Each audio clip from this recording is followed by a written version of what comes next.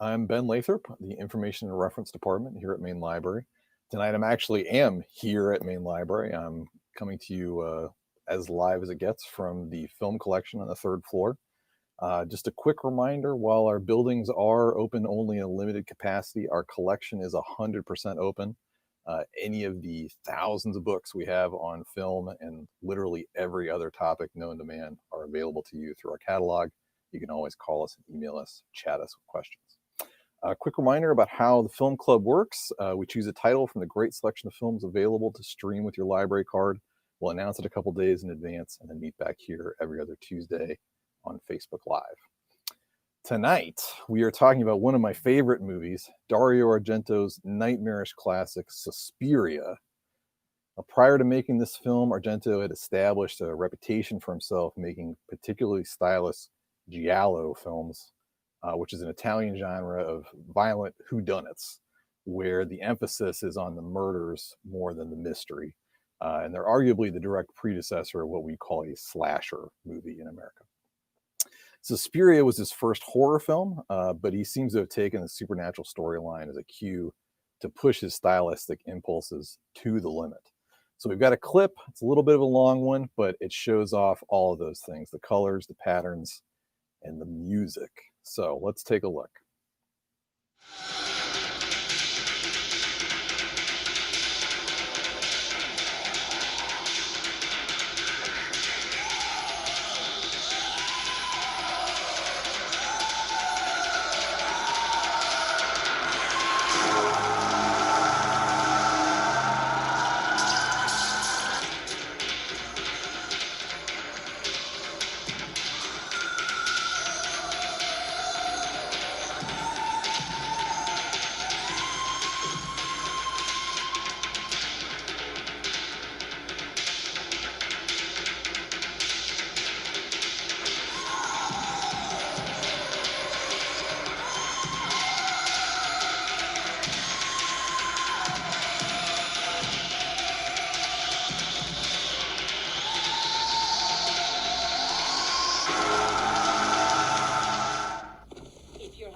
With the couch, you can stay for as long as you please.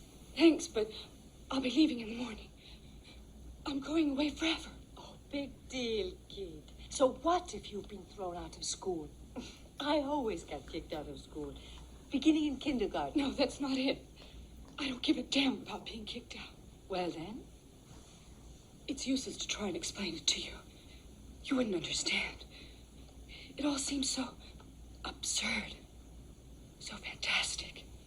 All I can do is get away from here as soon as possible.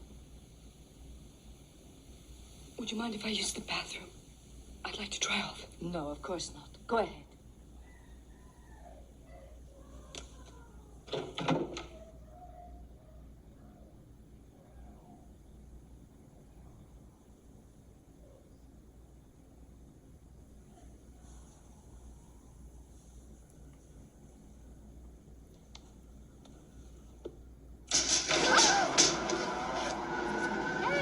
Why don't you close it? It was just the wind. You sure are in bad shape. You have to tell me all about it. The wind. The windows burst open. I got scared. No, that's not it. I mean, what it is that's got you so upset.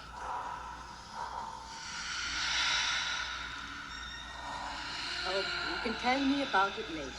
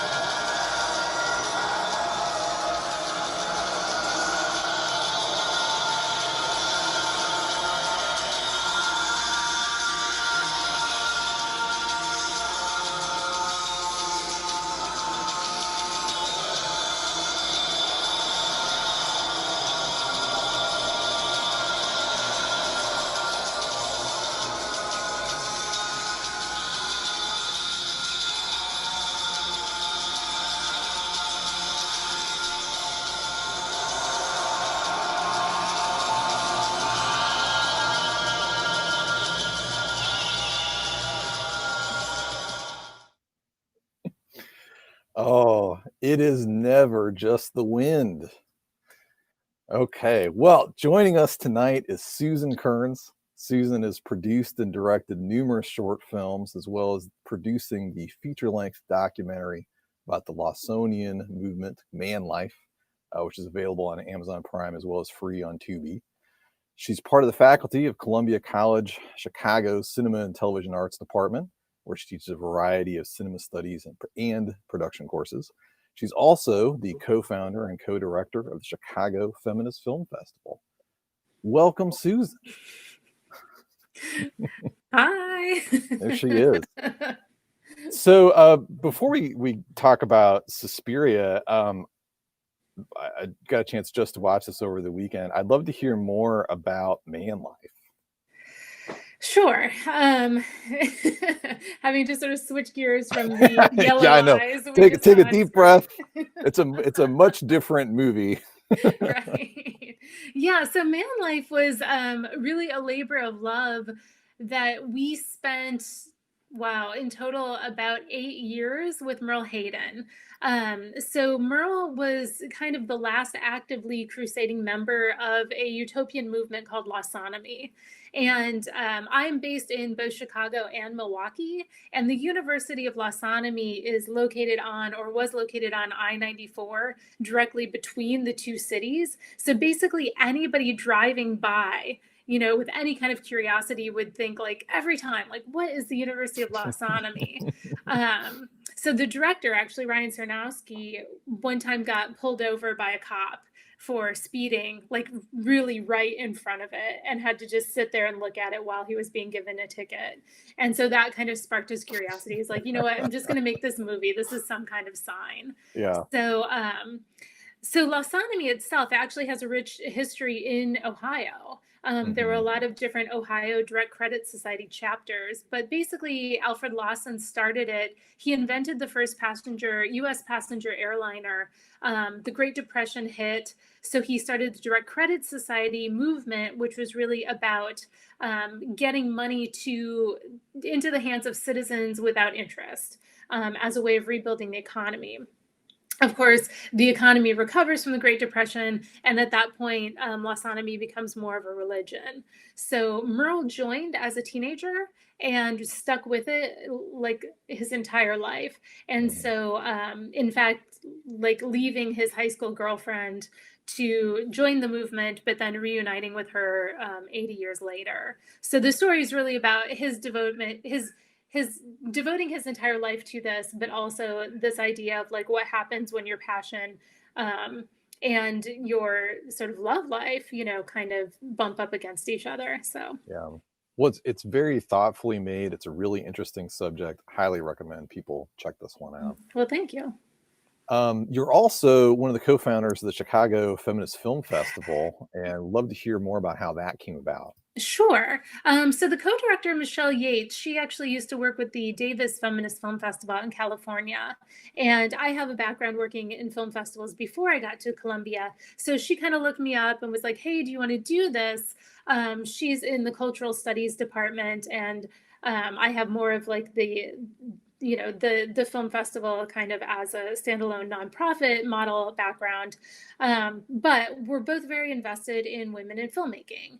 And so really, it's not that we only program films by women or gender non-binary people, but we really feel like there's this whole world full of stories out there about women that aren't necessarily being told, or are being told but are given a limited platform. So we really wanted to create a festival that could, you know, lift up those voices and also create a really inclusive space. One of the things that's neat about our festival is that it's 100% free and open to the public.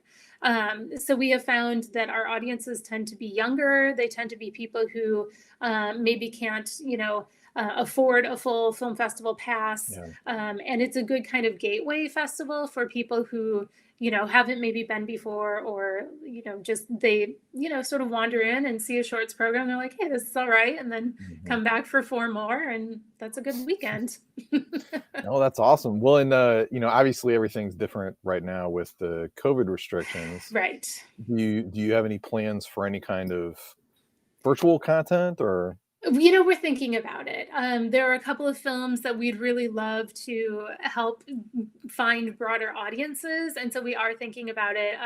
We don't want to get into trying to have a full virtual festival, Mm, just because I think that we because our model is a little bit different, and because we don't charge people to attend, then we would have a sort of a different pressure in terms yeah. like financial pressure and otherwise in terms of getting everything.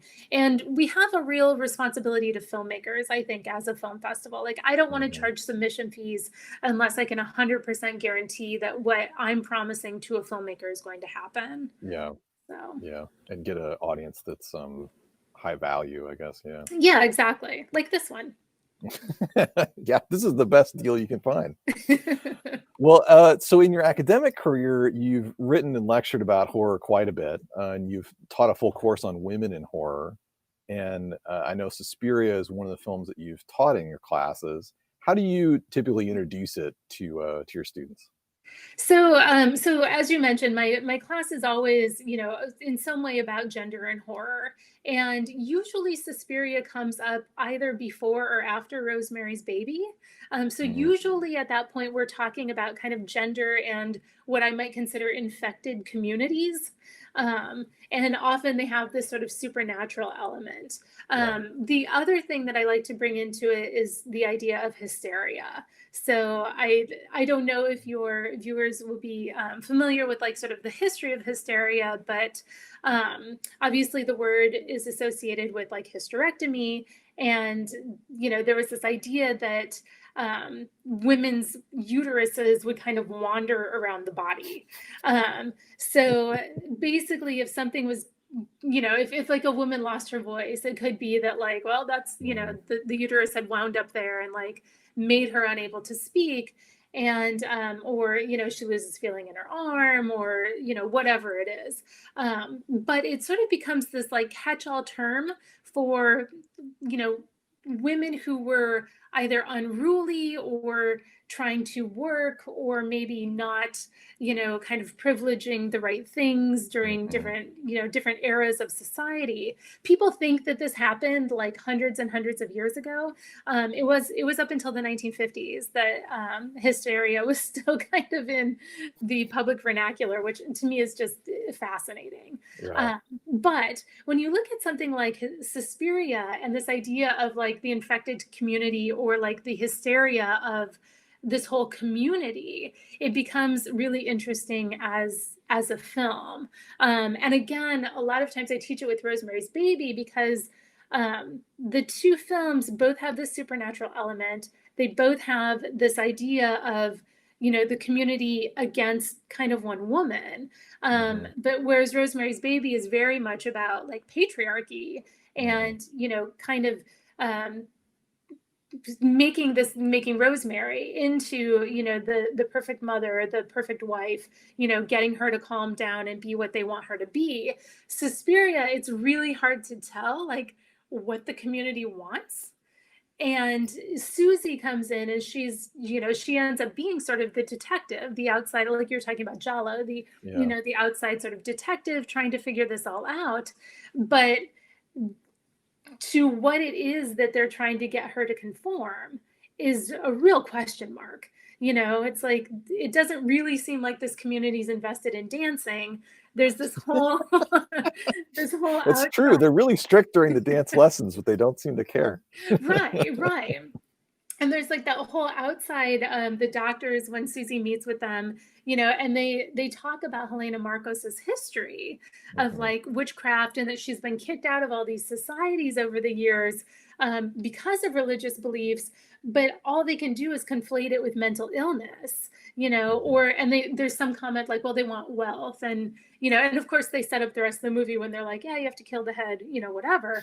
But I find Suspiria to be such a fascinating movie because it's it is so confusing in terms of like, what are the stakes, what is this community really Yeah. interested in, and I think that's part of the fun of it you Yeah. know One and a lot of Argento's movies kind of, you know, style over substance is usually something you say to be dismissive, but in his case, it's it's not at all. It really is more about the style than even the plot. And Suspiria is one of those examples where the plot is sort of a gothic kind of story where you've got this waifish woman who comes from the outside and goes into one of those infected communities like you're talking about, and then scary stuff happens, right? Like there is sort of a mystery. It doesn't make a lot of sense. The clues aren't really fair clues to figuring those things out, but really it's almost just about, it's like diffuse horror.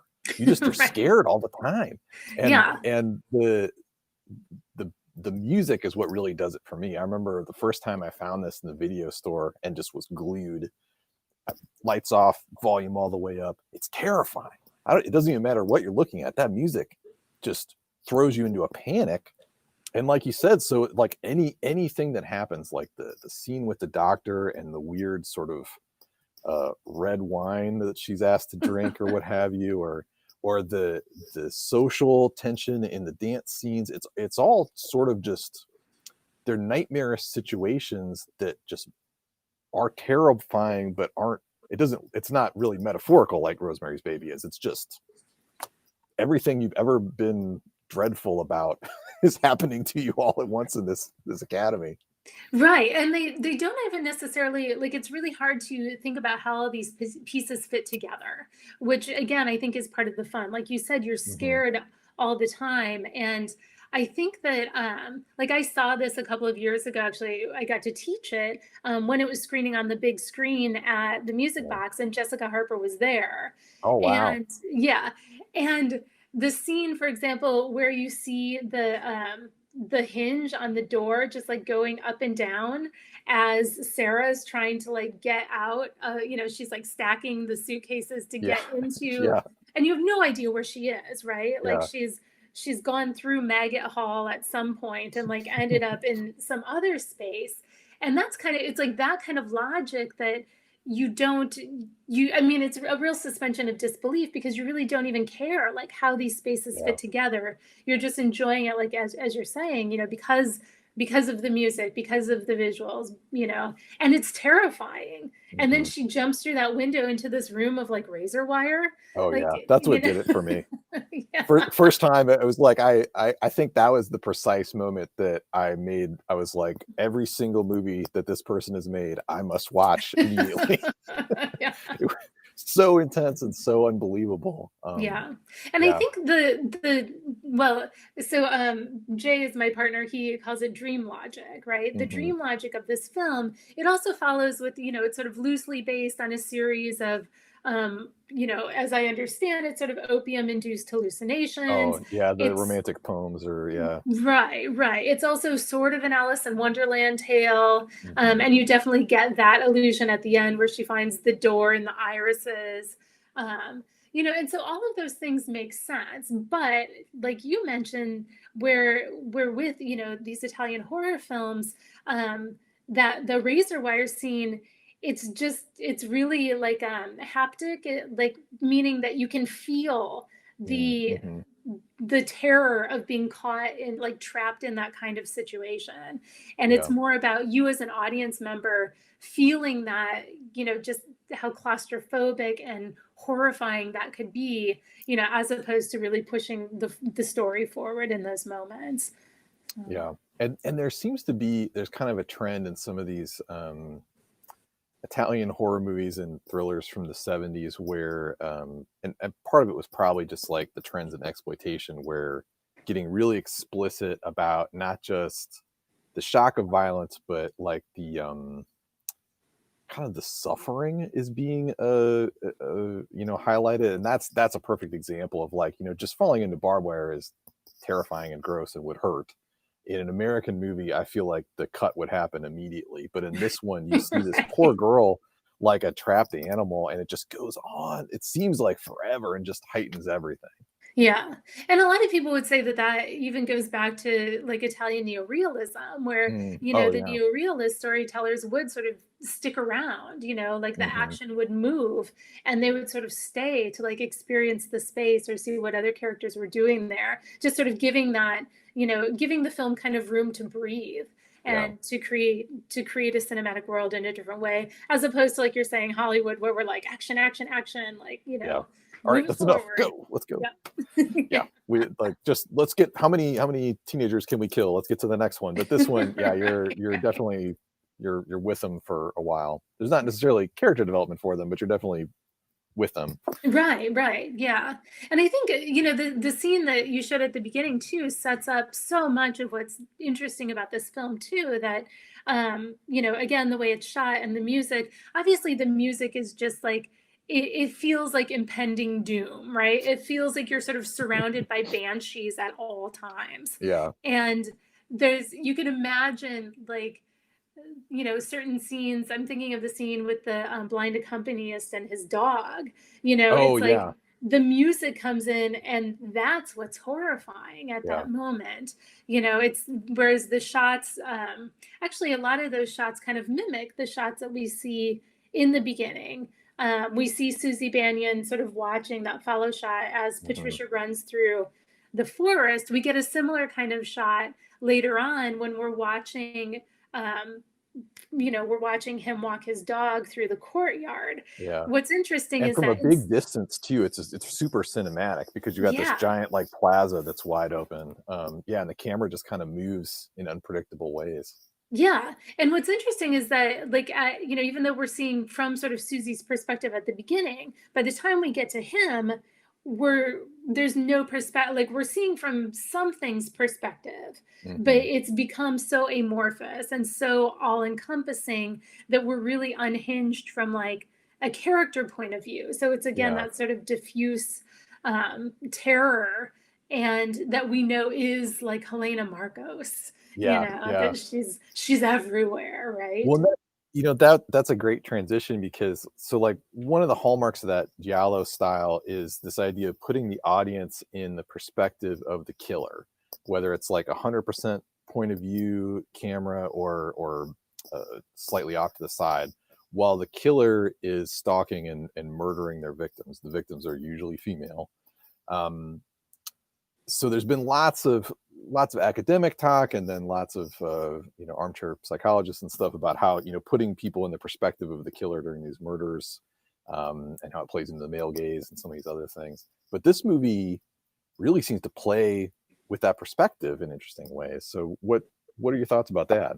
Yeah, I think so too. And I think in some ways it disrupts then what we think of as the male gaze, especially as it's sort of related to Giallo films.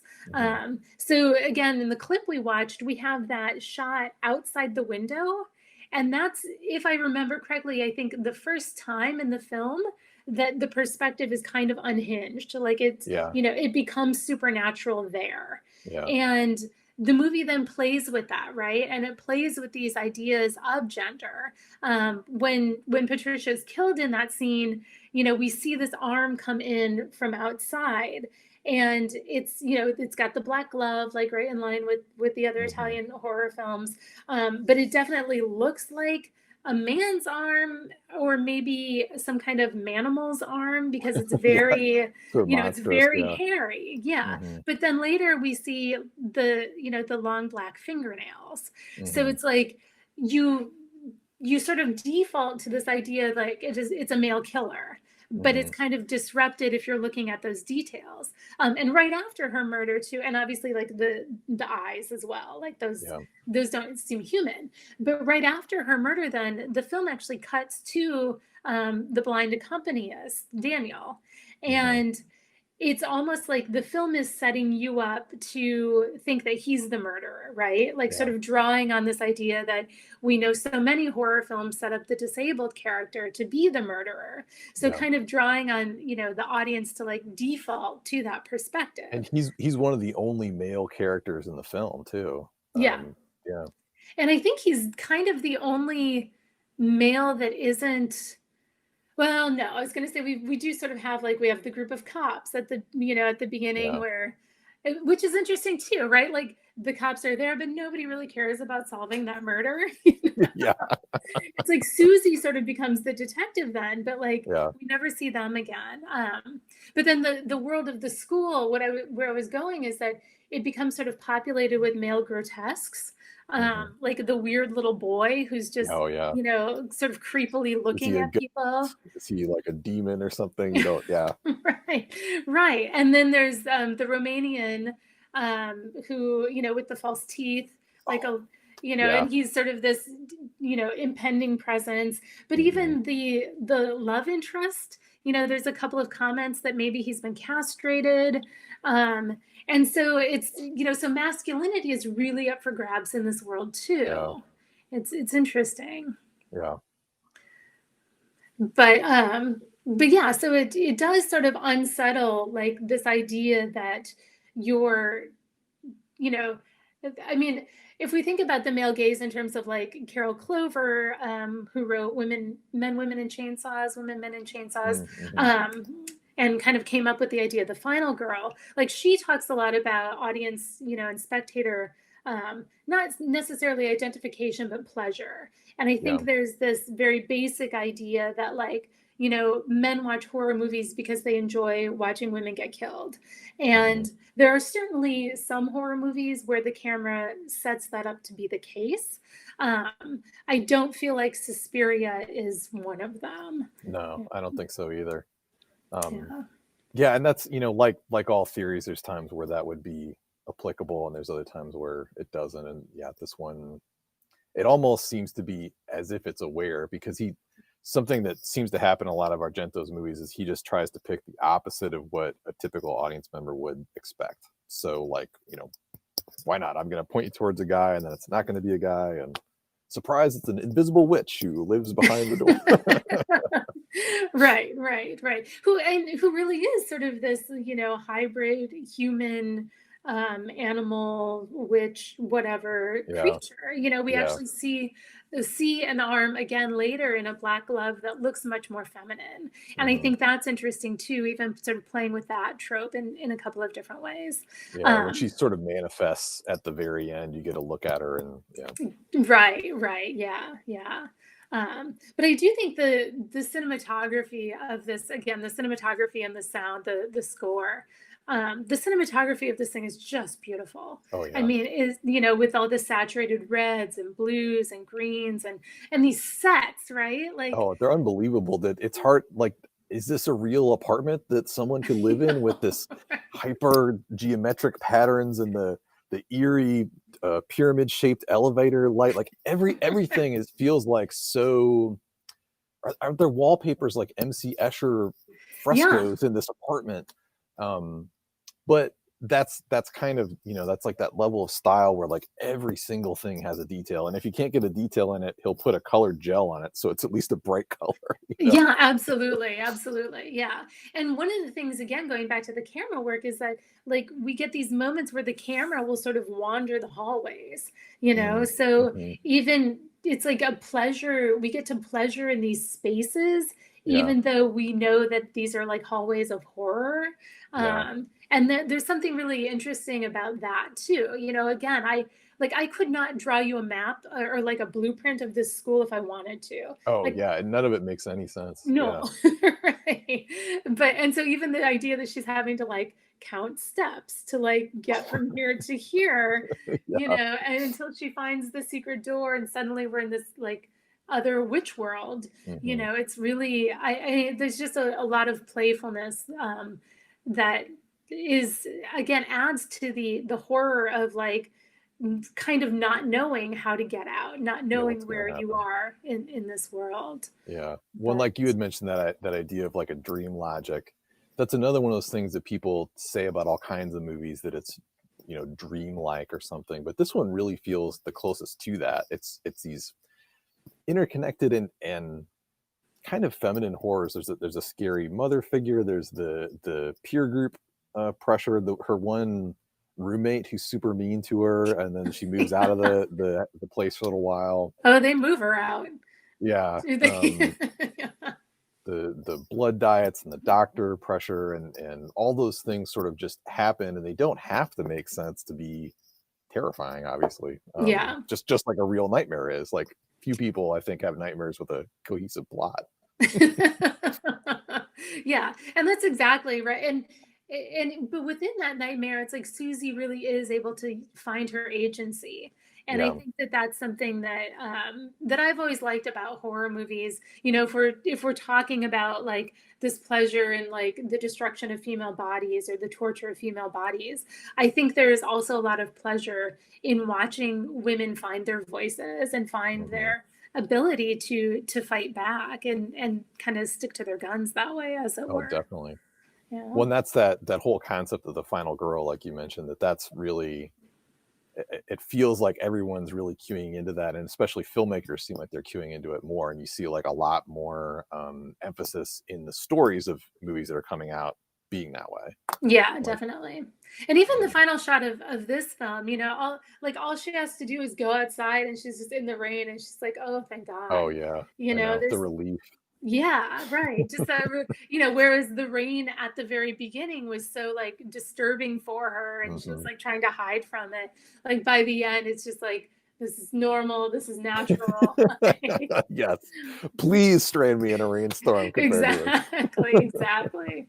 Yeah. But it is a very sort of, you know, typical kind of final girl moment. Yeah. Yeah. Well, and early enough, kind of in like at the point of the development of the genre to be incredibly influential on countless movies that came after that. Yeah, absolutely. And you know, it's interesting too. When I rewatched this for over the weekend so that we could talk, um, thinking about Susie and that, you know, right when she's killing Helena Marcos and just how she takes the weird peacock lamp Yeah. piece. You know, it's just that everything in this movie is just bonkers. But um, but even when she's taking that and sort of going up to her, she's like a Norman Bates kind of character. You know, and she kind of has to do that same like Mm-hmm. embody that sort of slasher stereotype, you know, before we have all these other movies doing it too. So Yeah. there's something interesting there. Yeah. When Argento, obviously a huge fan of Hitchcock's, and had been so often was referred to as the Italian Hitchcock during his earlier career. So it's hard to imagine that hold it like this Right. wasn't like an explicit instruction. Yeah. Yeah. But Well, do you have any recommendations oh, sure. for some kind of similar movies or anything in the same tone? Yeah. So, well, one thing I would say is if you like the way this looks, the cinematographer is Luciano Tovoli, and so he did The Passenger. He also did a couple other Argento films, but then he did the Julie Taymor film Titus in Hmm. the '90s. So obviously, a Shakespearean film, but incredibly visually beautiful, if not Yeah. a bit hard to watch. Um, so anyway, so if you're like going for the visual style, like, you know, that might be a place I would go. Um, a film that I like quite a bit is called A Mare, which is kind of a an homage to giallo films, but it really Hmm. doubles down on sort of the more experimental. Um, I'm not sure if it's even exactly dream logic, but it feels much more like a surrealist film than some of the horror films. But it takes a lot of the tropes, and it's really interesting. Yeah. Um, the Fits is a film that also talks about, or is really about hysteria. And this, so The Fits was inspired by the dancing plague of, I want to say 1517, but I might have the dates all wrong. But again, this idea of like a community of women infected by dance. And I think that's not exactly a horror film, but a really interesting film by Anna Rose Yeah. Homer that came out in the last, I don't know, 5, 6 years. And Sisters is, if you like sort of Hitchcock meets Giallo, Mm-hmm. 1973, I think, horror film, Brian De Palma. I don't know, lots of this really saturated colors, sort of like Giallo meets Rear Window, Yeah. That with seemed some to be side kind of De through. Palma's deal at the time, was like it was kind of American giallos. Yeah, yeah. Yeah. So, and Rosemary's Baby. I mean, I assume most people have seen that, but Yeah. always a good one. No. Yeah. And I hadn't put those two together, but since you mentioned it, I'm thinking about all the architecture with that apartment building, Yeah. and yeah, I need to go rewatch Rosemary's Baby, I think. Yeah. Did They, you they make a really good pairing. Like I it's really know. interesting. Geez. It's almost like you've done this before. Um do you have any thoughts about the Suspiria that came out a couple years ago? Well, I'll tell you. I don't have a lot of thoughts about it. There were some things that I really enjoyed about it. I really liked sort of the dance bloodbath Mm, element of it. hmm. Um, And the but performance of the dance was like, we were just saying dance isn't a big deal in this movie. It's definitely seems like it's the focus of that one. yeah, and so I think that was I really like when movies take bodies and do very strange things with them. So it was like that, I'll give you another example. Did you see Us, the Jordan Peele Yes, film? Yeah. yeah, So yeah. I love the scene when they're going through the hallway. Sorry, spoiler alert. Uh-huh. When they're going through the hallway and like they see people like all acting what they're doing in the In real above life, world, yeah. and just Uh-huh. how strange bodies look like out of context doing sort of fairly normal things. So it's like that kind of odd affect that the newer Suspiria really doubled down on. You sort of get Yeah. that in the original Suspiria when they're making Susie Bannion sort of dance to her own exhaustion. Hmm. But the newer one like really goes there with that Yeah. element. I think that Yeah. was my favorite part of it, to be I kind honest. of, yeah, I kind of agree. There were parts of it that I loved, um, and big sections that felt like you could kind of trim it for time. The screening I went to was super late too, and I was like, I gotta get home. Right. But Right. like, let's move this stuff along. East Germany, Yeah. okay. Yeah. Um, but it was interesting, and so something. Suspiria is sort of the first part of a trilogy of movies. Um, there was a direct sequel called Inferno that we also have on Canopy. That's a really pretty interesting movie, and Suspiria, vaguely evokes some of this broader mythology, about these three sisters, these powerful witches that, again, we're not really sure what they want to do, but it's not good. Inferno gives you a lot more of that mythology and the story about what's happening, and a bunch of other awesome set pieces and just like underwater swimming chases and crazy stuff in that one. Um, and then much later in his career, Argento made a third movie called Mother of Tears, which I was pretty disappointed in. And arguably, like the remake Suspiria is a better Mother of Tears movie than the actual Mother of Tears movie. But I'm not going to complain about it. I'm going to live my best life. Yeah. Yeah. So, well, great. Thank you so much, Susan. This has been a blast. Thank you to everybody out there that's joining us this week. If you're enjoying these conversations, please do like the post, share it with your friends. Any questions or comments you want to make them in the comment field, and I'll be on there to answer them. And you can check us out at the link provided. And we hope to see you soon. Thanks, everybody.